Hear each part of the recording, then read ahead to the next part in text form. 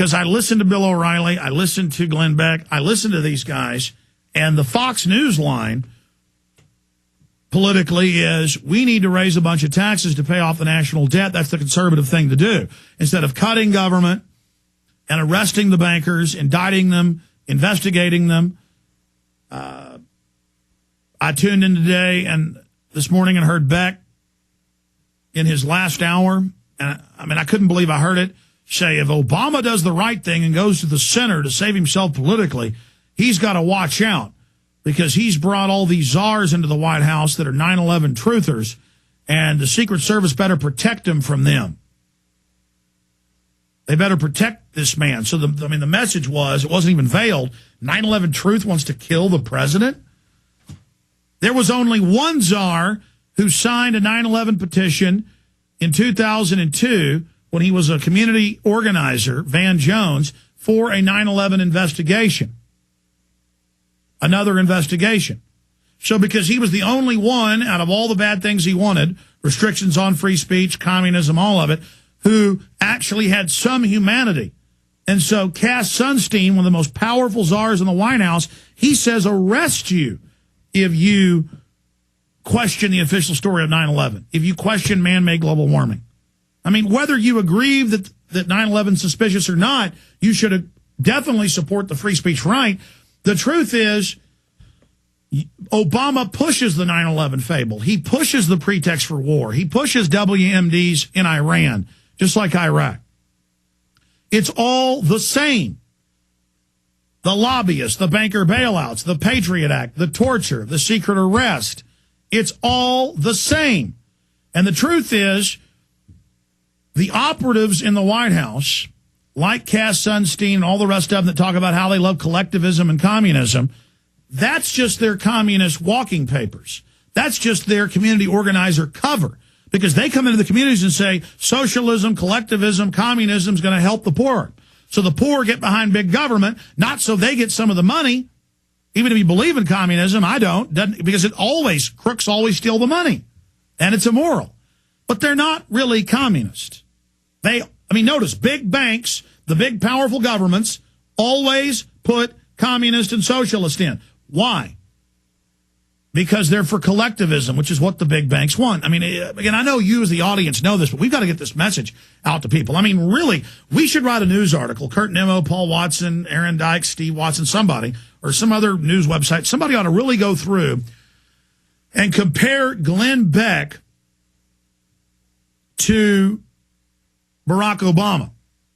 And the only thing they really disagree on is global warming being man-made and government-run healthcare. And Glenn Beck is 100% right on those issues, and it's great, and I would love... Look, folks, I'm not attacking Glenn Beck because he's got a bigger radio show than mine and a big TV show, okay? I'm not here trying to win a popularity contest. I don't like to infight. I don't like to sit here and call people out in the media and make a big spectacle and issue out of it. That's all everybody else does. Beck is so key to this, though, where he's been placed, the things he has done, his history, that it goes against my instincts. I hate to have to go after Glenn Beck, but I know I must. You think I liked going up against Obama when he was super popular? When he could do no wrong, when he was the second coming of Christ? When he had an 80+% approval rating? No, but I had to do the moral thing. I knew he was a con artist and a fraud and a liar. I knew who backed him. I knew what his scams were, and I called him on it with precision. And I'm telling you, folks, I get a bad feeling many times worse than I get listening and watching Obama. There is something diabolical. There is something just truly demonic about Glenn Beck.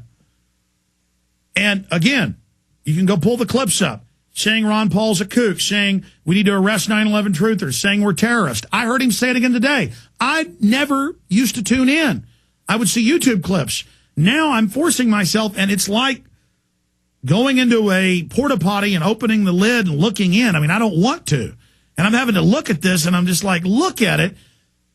It's so fake. And Glenn Beck is going to serve a key position in bringing us into tyranny. He is Benedict Arnold from the beginning. There is no doubt about it. He is bad news, bad news. Judge Andrew Napolitano is a great guy, never violated his conscience, never wavered in his constitutional position. He's good.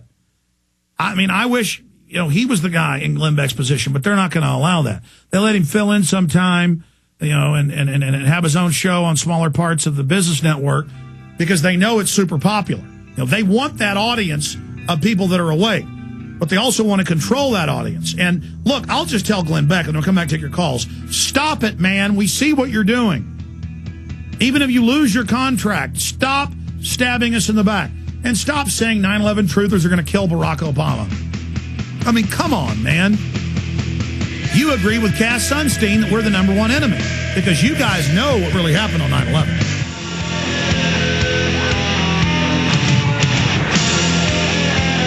By the way, the guys found the Glenn Beck clip where he says 9/11 truth is going to kill Barack Obama. I mean, come on. Come on. 9/11 truth isn't allowed in the White House. Cass Sunstein says arrest anyone and arrest you, Glenn Beck, because you say man-made global warming isn't real. I mean, what is it with Michael Savage, who I think is a lot better than Beck? I mean, I think Savage really believes what he's saying in many cases. He's not an actor. He is intelligent. And he'll be saying the same thing today he was saying 10 years ago. I'm going to your calls. It's just so amazing. Like, let's just do the Beck thing now.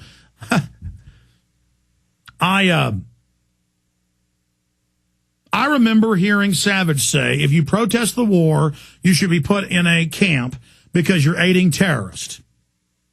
And then strangely enough, the Deputy Attorney General at the time in California, Calhoun, came out and said the same thing. They were really trying to set the precedent to like test balloon if the people would allow the population to be arrested for speech. And I was like, whoa, even if you're for the war, you should be for free speech. That was in 2003, 2004. And anybody who listens to Savage heard it. I mean, I would spot check him once or twice a week, and I probably heard it 20 times. But I could actually listen to Savage. I mean, Beck just turns my stomach. It's so fake, folks. It's not real. And then Savage gets banned from England, and I support his right of free speech, and I'm against it. But, there he is screaming and yelling when he's calling for one group to lose their free speech, but he doesn't need to lose his free speech. So here's the deal. Glenn Beck is with Cass Sunstein. Cass Sunstein says ban conspiracy theories, and that's whatever he says it is. Okay? That's on record. All right, here's Glenn Beck today, this morning. And I guess every day I can start having people monitoring. Yesterday I turned it on for 5 minutes, and he was calling for new taxes to pay to the bankers. Value-added, excise, sales tax. He was batting these around saying, we've got to have one of them, and he had Kramer on with him. Well, I tuned in today for 5 minutes and listen to this snake, the way he says 9/11 truth is in the White House and is going to kill Barack Obama. Listen to how he says it like a snake, though. Here it is. The most dangerous time in any regime, especially a radicalized regime, is when it is in collapse. Watch the uber left. Pray that Obama moves to the center. If he does, pray that the Secret Service care for that man. That man is never left alone. He has invited 9/11 truthers into the White House and into his administration. If they believe that he's just another one of these guys, he is in danger. The Republic has good news today. Okay, folks. So there you have it. The Republic. You mean the empire, Glenn? And he goes on to say Obama wants an empire. No, America is an empire, and we pay for it. And it's immoral. And he's continuing the empire for Bush. And the insurance companies, not communist, wrote that takeover of health care. And the Democrats found that out 2 months ago, and that's the main reason it's in trouble. And that's the reason the people of Massachusetts went as liberals and voted out that Kennedy seat. That was the number one reason. I've got polls here. We're now 51% Massachusetts call themselves independents. And that's the real realignment. They're not calling themselves Republicans. They're not calling themselves Democrats. They're done. Just like Republicans voted for Obama, now Democrats are voting for Republicans. They're saying, get them out, fire them, get rid of them all. I mean, they finally got to the point of getting it. They're past the left-right paradigm. And then he talks about left-right all day, and then he goes back into left-right paradigm. I heard him, before I turned him off, I couldn't listen, talk about the left-right paradigm. This guy is taking everything I've pioneered, everything I say, everything I do, and is distorting it and twisting it with a wicked counterfeit.